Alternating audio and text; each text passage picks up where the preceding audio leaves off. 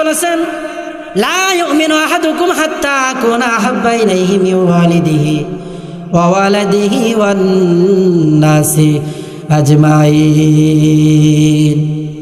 আমি রাসূলকে যে দুনিয়ার সব কিছুর চাইতে ভালোবাসতে না পারবে, সে পরিপূর্ণ ঈমানদার নয়। আর যেই ব্যক্তি পরিপূর্ণ ঈমানদার নয়, তার জন্য জান্নাত নয়। নবীজির ভালোবাসা ছিল বেলালের ভিতরে। আল্লাহর পয়গম্বর দুনিয়ার থেকে বিদায়, বেলাল রাদিয়াল্লাহু তাআলা আনহু কয়েকদিন পর গাট্টি গুট্টি বেঁধে মদিনা থেকে বিদায় নিয়ে চলে যায়।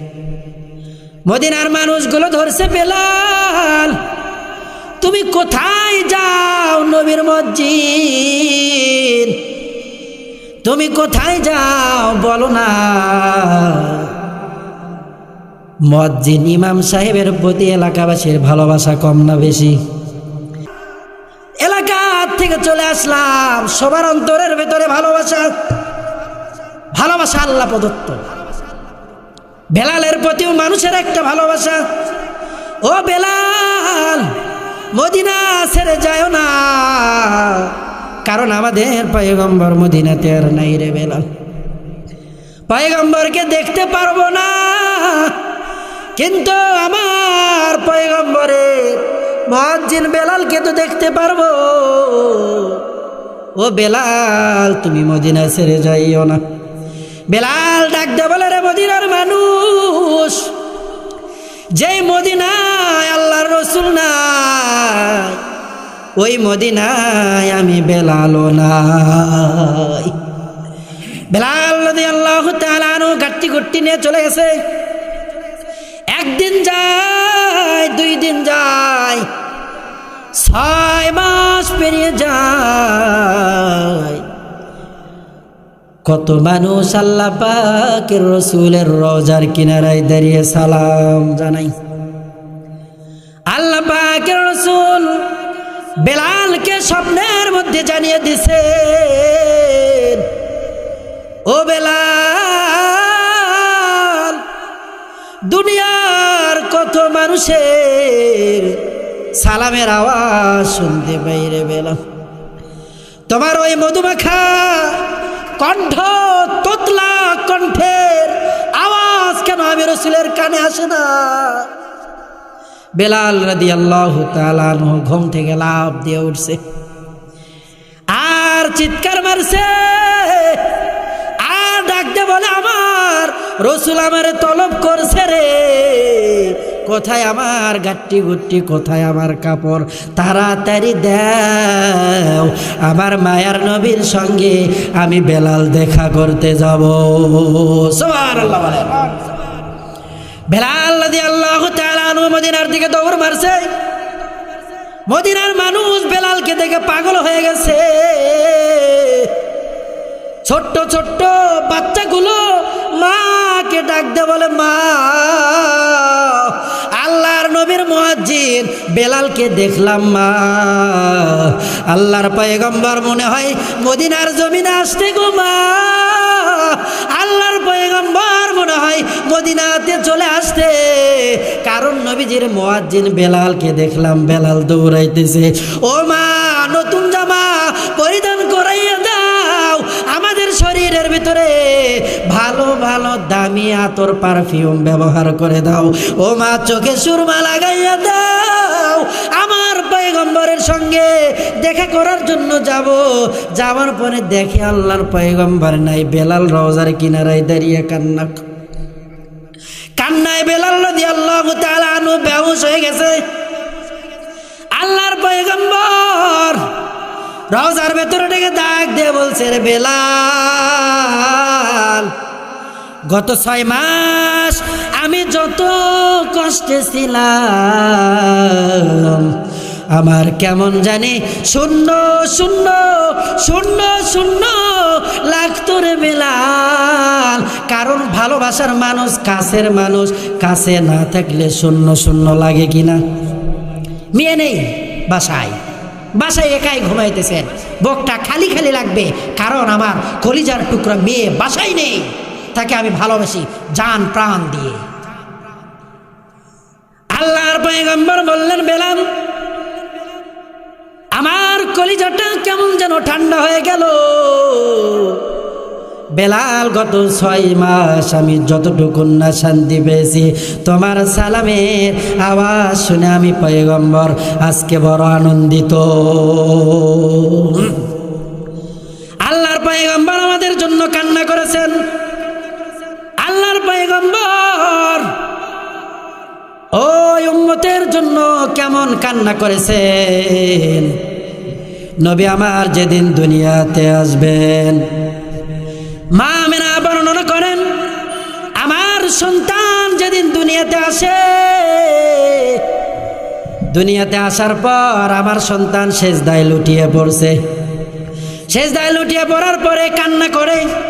আমি আমার কানটা আমার সন্তান মুহাম্মাদের মুখের কাছে নিলাম। মুখের কাছে নেওয়ার পর শুনি আমার সন্তান শিশু মুহাম্মদ বলছে, আল্লাহ আমার গুনাহগার উম্মতদেরকে মাফ করবেন নি। 3 দিন হলো মদিনাতে আমার নবীর খবর নাই। ওমরের মেজাজ বড় খারাপ হয়ে গেছে।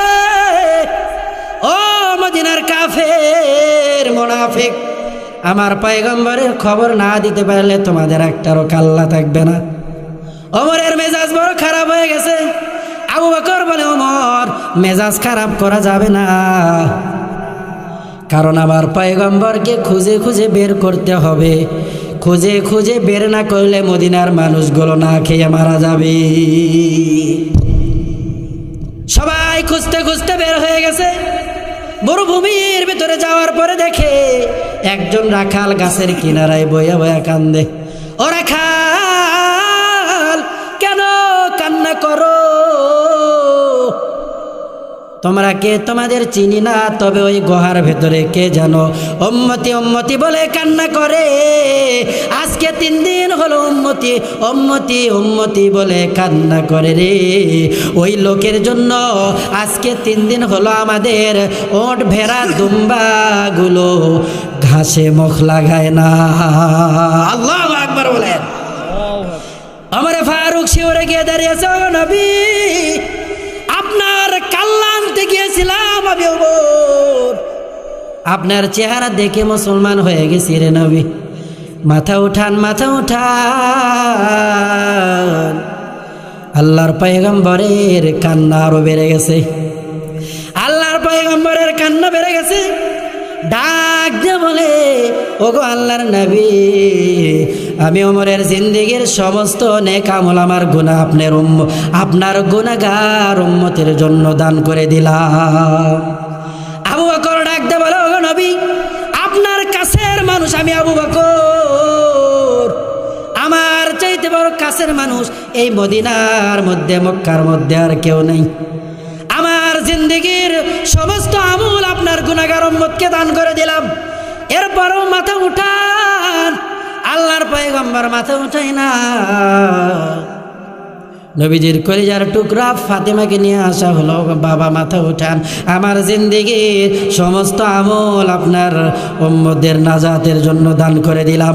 নবী আমার মাথা উঠাই না, ডাক দিয়ে বলল, গো বাবা, আমার কলিজার টুকরা হাসান আর হোসাইনকে আপনার গুনাহগার উম্মতের জন্য কুরবানি করে দিলাম। আল্লাহু আকবার জোরে বলেন। দিনের জন্য, আমাদের জন্য হাসান হোসাইন শহীদ। আজকে আমরা মুসলিম জাতি, আমাদের অবস্থা বড়ই করুন। সারা বিশ্বের মুসলিম জাতি আজ এক অশান্তির বেড়াজালে আবদ্ধ।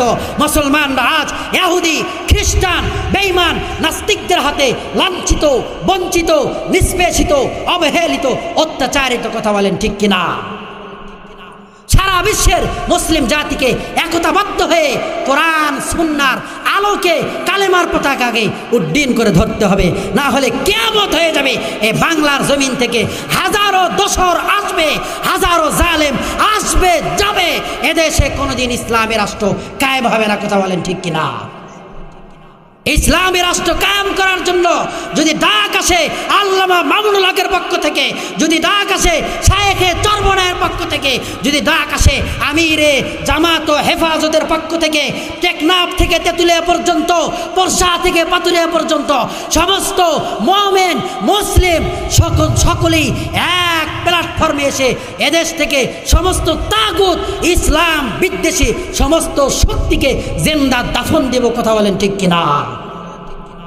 এখনই সময়, এই সময় যদি না হয়, ঝড় উঠেছে আম কুড়াইতেই হবে।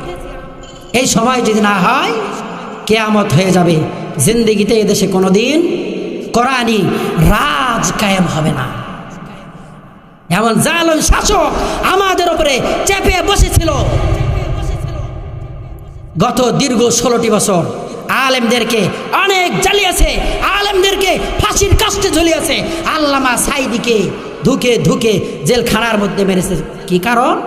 কোরআনের কথা বলে, হাদিসের কথা বলে। আমরা এবার সবাইকে দেখা শেষ, চাচা বুবু আপা সবাইকে দেখা শেষ। এবার কোরআন সুন্নাহর বাংলাদেশ। কথা বলেন ঠিক কিনা? সবাইকে দেখা শেষ। সবাইকে আমরা দেখেছি যখন নির্বাচন চলে আসে, মাথায় পট্টি বাঁধে, মাথায় টুপি পরে এদেশের সহজ সরল মানুষের সঙ্গে ধোঁকাবাজি করে, সহজ সরল মানুষের সঙ্গে দাগাবাজি করে ভোটটা নিয়েই ইসলামের বিদ্বেষী জালেম ফেরাউনের রূপ ধারণ করে, নমরুদের রূপ ধারণ করে। কথা বলেন ঠিক কিনা? কারো কথা শোনার সময় নেই। এবার কোরআন সুন্নাহর বাংলাদেশ। কোনো একদিন এদেশের আকাশে কালেমার পতাকা দুলবে, সেদিন সবাই খোদাই বিধান পেয়ে দুঃখ বেদনা ভুলবে। কোরআনী বিধান চালু হয়ে গেলে সমাজে থাকবে না খুন, সমাজে থাকবে না দাগাবাজ ঠকাবাজ, সমাজের মধ্যে থাকবে না কোনো টেন্ডারবাজ, সমাজের মধ্যে থাকবে না কোনো গাঁজাখোর, সমাজের মধ্যে থাকবে না কোনো মদখোর। কথা বলেন ঠিক কিনা? কোরআন সুন্নাহ অনুযায়ী দেশ চলবে, শান্তির সয়লাভ দেশের ভিতরে হয়ে যাবে। সমাজে শান্তি নেই কেন জানেন? কোরআন সুন্নাহর বাতি আমাদের ঘরে জ্বালানো নেই। এজন্য আসুন সবাই একতাবদ্ধ হয়ে এক প্ল্যাটফর্মে এসে আগামী দিন ইসলামের বিজয় আমরা দেখতে চাই। সকলেই বলেন আমিন।